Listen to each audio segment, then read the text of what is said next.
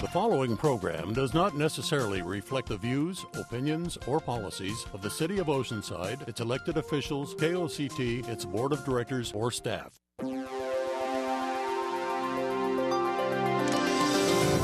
are watching KOCT, the Oceanside channel. This program brought to you by the caring hands of Tri-City Medical Center.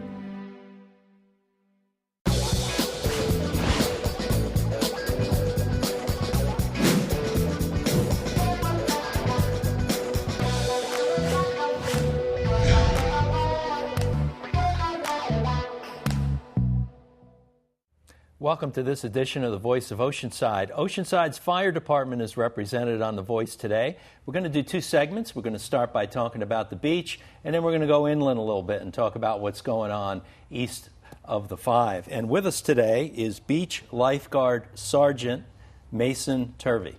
That's right. Welcome. Thank you. You're expert on the show, having been here a couple of times, so I'm going to dive right into it. Alrighty. What's new at the beach? New for this year, we're just preparing for summertime, lifting our staffing levels, making sure all of our equipment's ready to go, tower maintenance, things of that nature.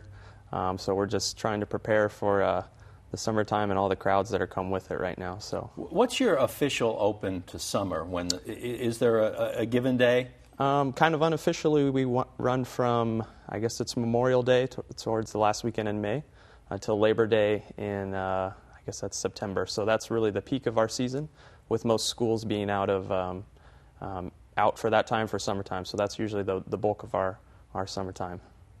Now on the equipment side, did you guys get a new boat? We did. Last year we were fortunate enough to have the opportunity to bring back into service one of the old harbor patrol boats, and it's been an absolutely vital piece of equipment for us, especially in the southern beaches where we've had so much sand depletion over the years. So it's given us a secondary platform to be able to monitor the people and make sure that they stay safe, where otherwise we wouldn't be able to have access to, because we can't drive the trucks down there and there's no room for towers. So, okay. And on the sand depletion issue, the dredging and sand replenishment has started, correct?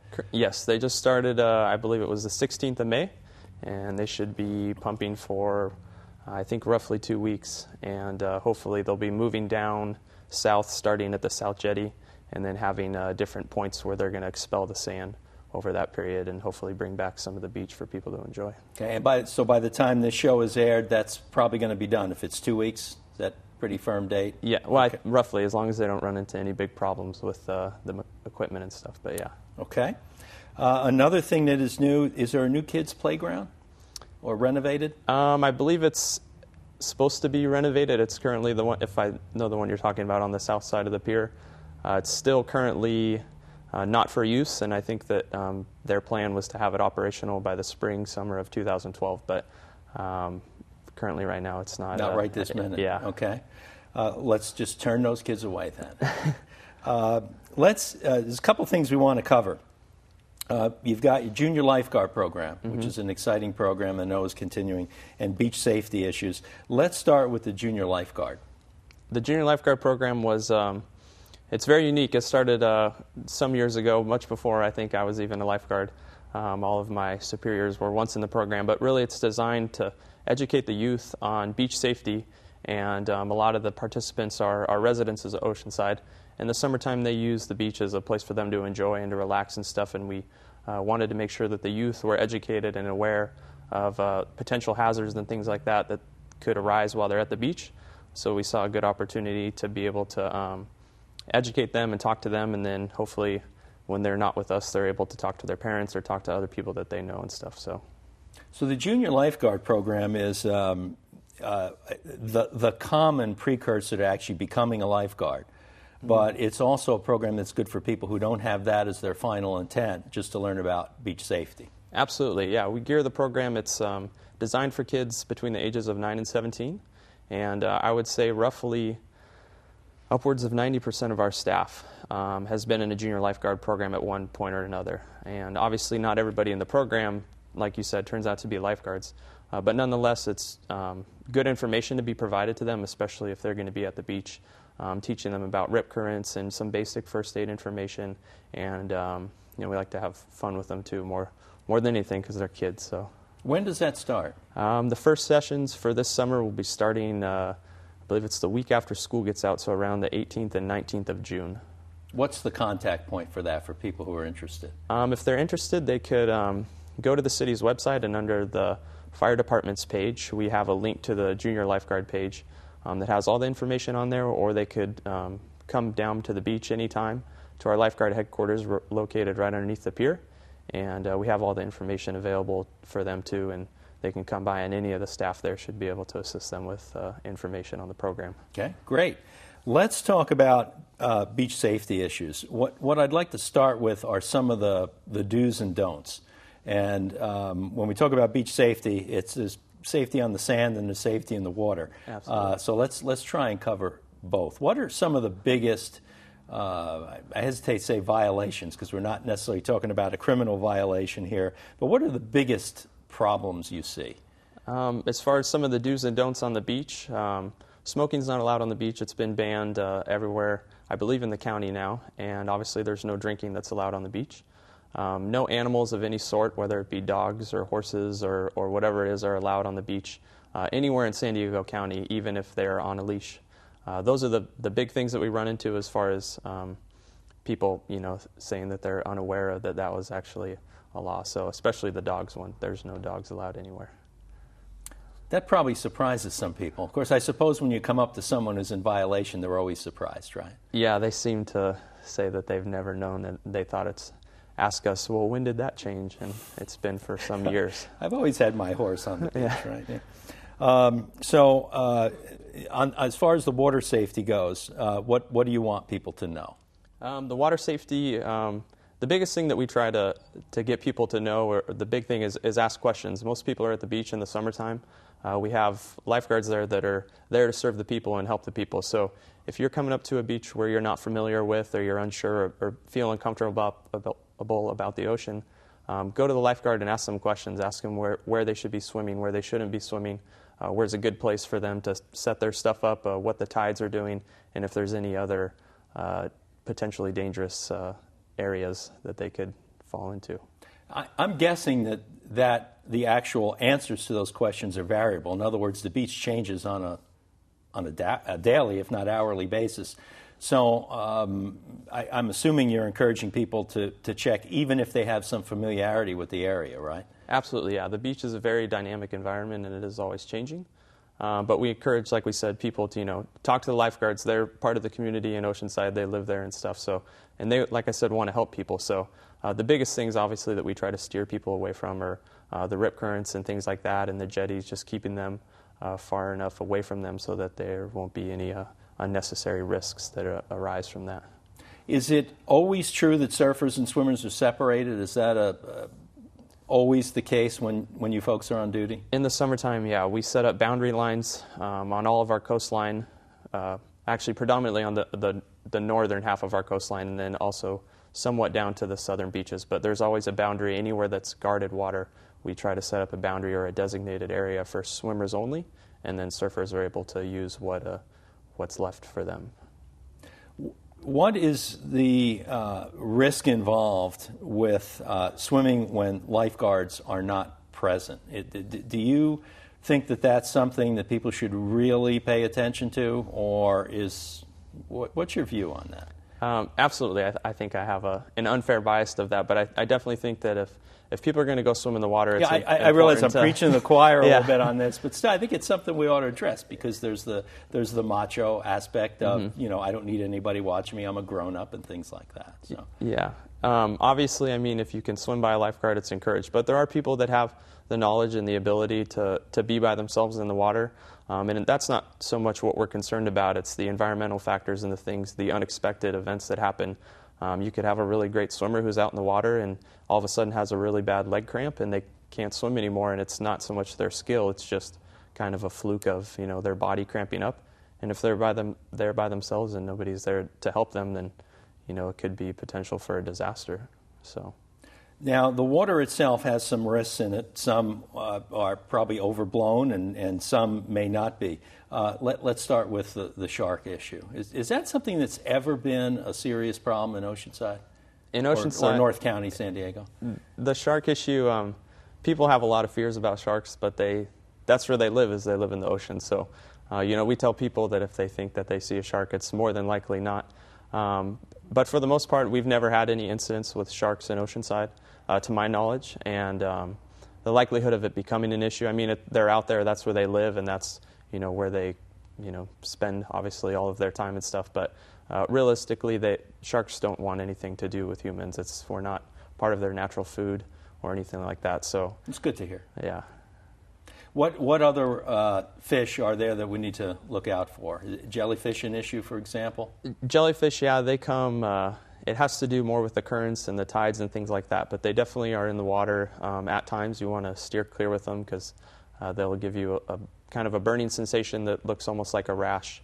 Another big issue that we have is the stingrays, which are much harder to see, if you can even see them at all, and are much, much more painful than a jellyfish sting. So, is the stingray situation random, or is that something where you might have some knowledge and advise people it's likely today? Or yeah, typically when the waters are warmer, we're going to have more stingrays.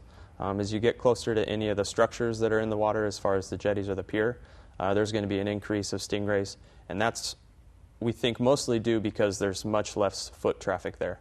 If you see an area in the water where there's a lot of people and moving around and stomping their feet and stuff, the likelihood of a stingray being in the neighborhood is probably far. So if you can keep to the crowds, I guess, if you want to go in the water, stay by other people because they've already created some disturbance that the stingrays don't like, and they'll vacate the area.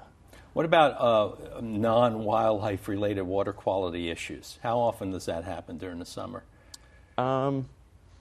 I would say not often. I mean, we do get reports from the San Diego County Beach and Bay Advisory that has issues with contaminations and things like that. But we're notified, and then the beaches are posted to the public so that they can be aware of any contamination issues or water quality issues that might come about. Is that something people can reliably go to your website, or how would you recommend people find that out before they head to the beach, that there's an issue? The biggest issue, most commonly the issue comes about when there's any significant rainfall of more than 1/4 of an inch. So if it rains more than 1/4 of an inch, we encourage people to stop all water activity for 72 hours. Obviously in the summertime that's not as much of an issue. And the postings or the advisories that come out would be available through the San Diego County Beach and Bay Advisory, and they could find them on the internet, I'm sure. I'm going to throw one thing out that I already know the answer to. You probably shouldn't be drunk when you're going in the water. What are some of the other tips that you have for people, particularly with kids, in terms of making sure it's a fun and safe experience when they have a day at the beach? I think for parents, the big thing is parents want to go to the beach with their kids and they want to enjoy their time. And a lot of times parents will go there with the mentality of we're at the beach and we're just going to relax, and which is good. We want people to relax when they're at the beach. But if they're there with their kids, we want to remind them that it's important for them not to prop back in their chair and put their book in front of their face and kind of stop watching their children. We're obviously there to help them, and we want to avoid accidents as much as possible. But if we can have the help from the parents as much as they can to still keep an eye on their kids, know where they are at all time. Lost children definitely come about significantly more in the summertime. So keeping an eye on your family and just knowing where they are and what they're doing and stuff is a huge help to us. So expect to relax at the beach, but not completely if you're bringing kids, right? Exactly, but I'm sure parents know that there's never any relaxing with kids. So. Well, I know that's for sure. Well, thanks for the information. Our time is up. As usual, good job. We appreciate you being here. Thank you very much. It's a pleasure. And we appreciate you watching. Stay with us. We're going to take a short break, and we will come back to find out more about what's going on with Oceanside's fire department. The Oceanside Fire Department prides itself on preserving the life, property, and environment of our community in Oceanside. The Oceanside Fire Department covers every neighborhood throughout the city with its 8 firehouses and over 100 sworn personnel. Established in 1888, our local firefighters are highly trained and dedicated to serving Oceanside.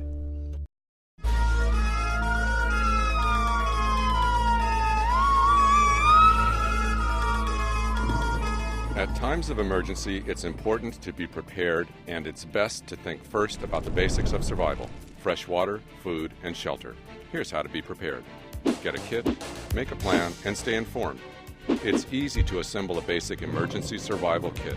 Your kit should be ready to sustain you for at least 3 days. Your family may not be together when disaster strikes, so know how to contact one another, how to get back together, and what to do in different situations. Stay informed about emergency plans already established in your area by state and local government. Knowing what you will do during an emergency may have life-saving consequences when seconds count. Be sure to tune in to KOCT Channel 18 for Oceanside updates and Channel 19 for countywide information. Welcome back to the Voice of Oceanside. As advertised, we have Fire Chief Darrell Hebert here. Thanks, Chief. Thank you for having me. One of the things we like to check in with you on every year in California is, particularly after we've had a winter with a good amount of rain, is what's the outlook for this fire season? Well, last year we had a real small fire season, but this year with the rain brings more fuel. And the outlook is probably going to be a good fire season. Temperatures, of course, are going to warm up with the low humidities. That means that the fuel heats up, and of course any type of lightning strikes or anything else can cause a wildland fire.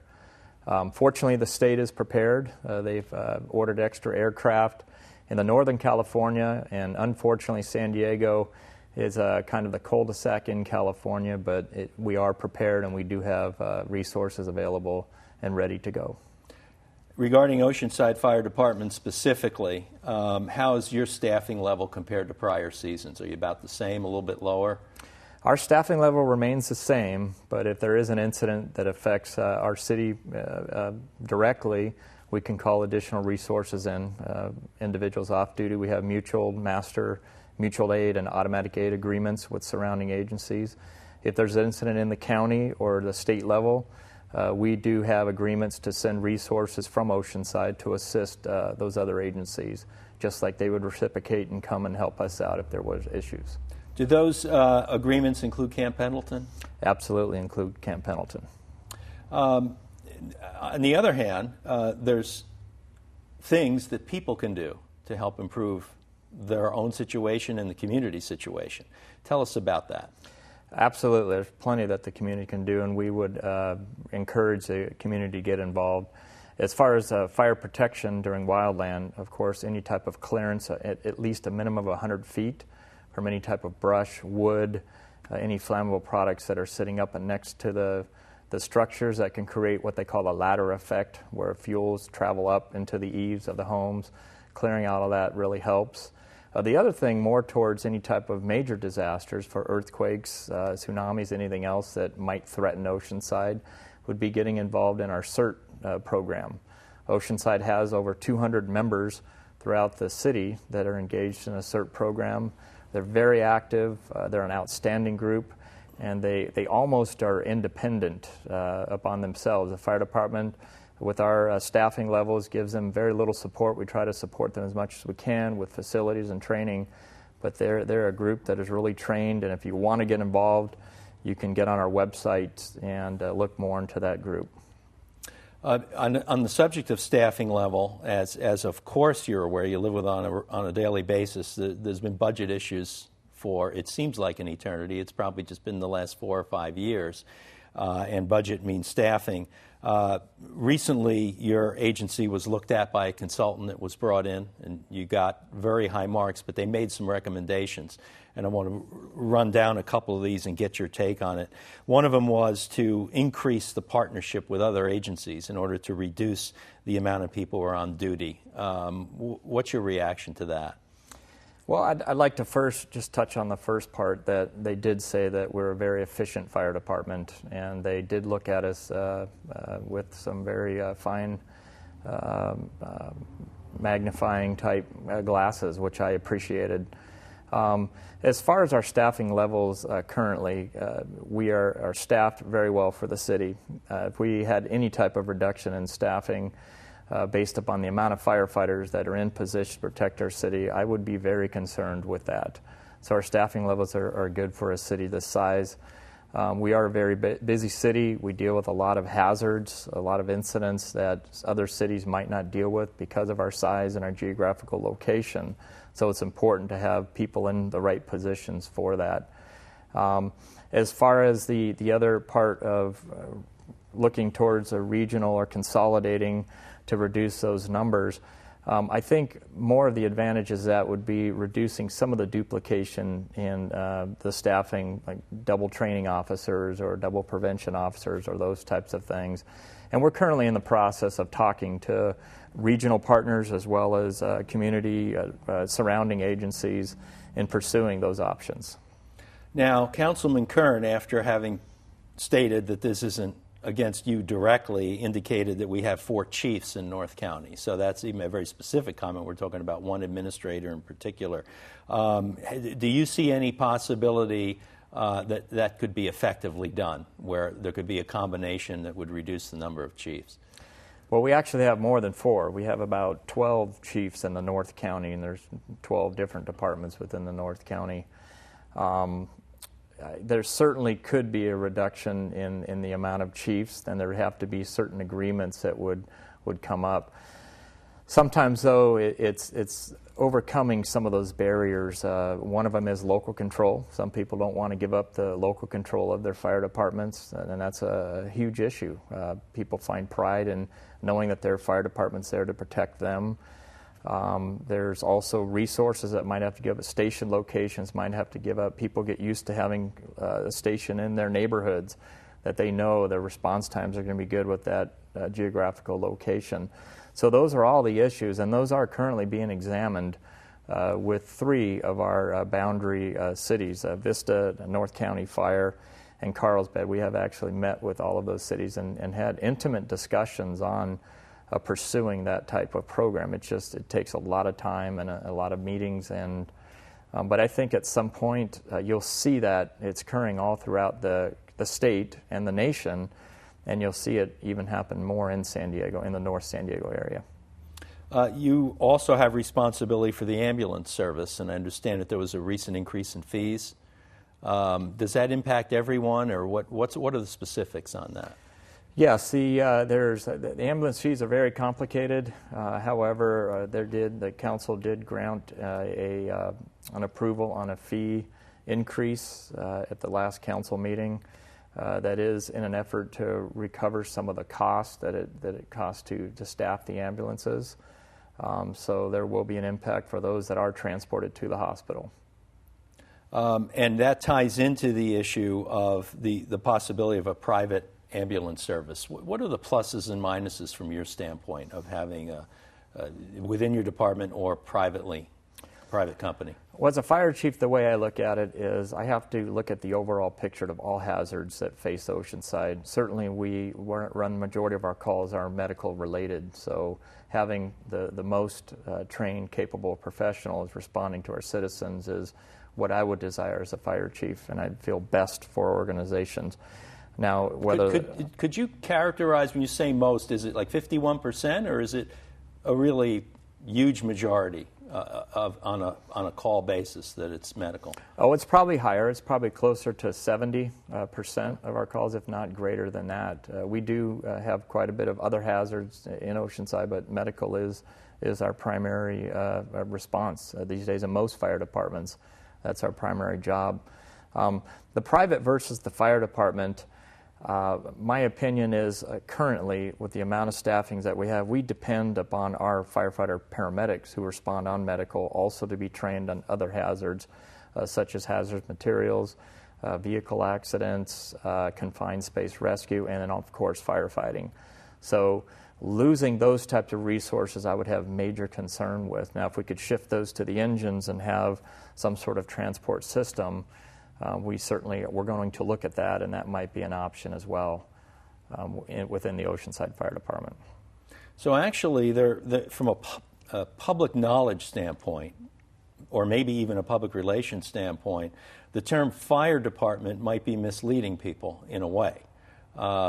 With so many of the calls being medical emergencies, which I'm going to assume are more time sensitive, the number of fire stations, it's really the number of medical service stations that's critical.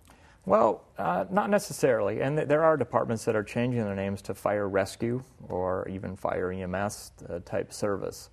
But primarily, the large loss of life occurs with fire and those types of hazards. So the reason why we have 8 stations strategically located throughout the city is to reduce those response times. When you have a fire occur, the time temperature curve of how quick that fire can spread and cause damage is really crucial.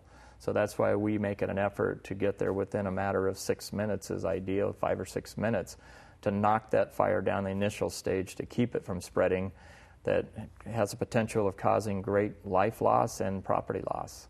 Given the current number of locations that you operate, are you meeting that 6-minute requirement throughout Oceanside now? On an average, yes, but there's some areas that it's, of course, extended out. The Morrill Hills area is one area that we have a fire station at College and North River Road. Of course, with all the growth that's gone on in the Morrill Hills area, we could probably use an additional station to the east of that.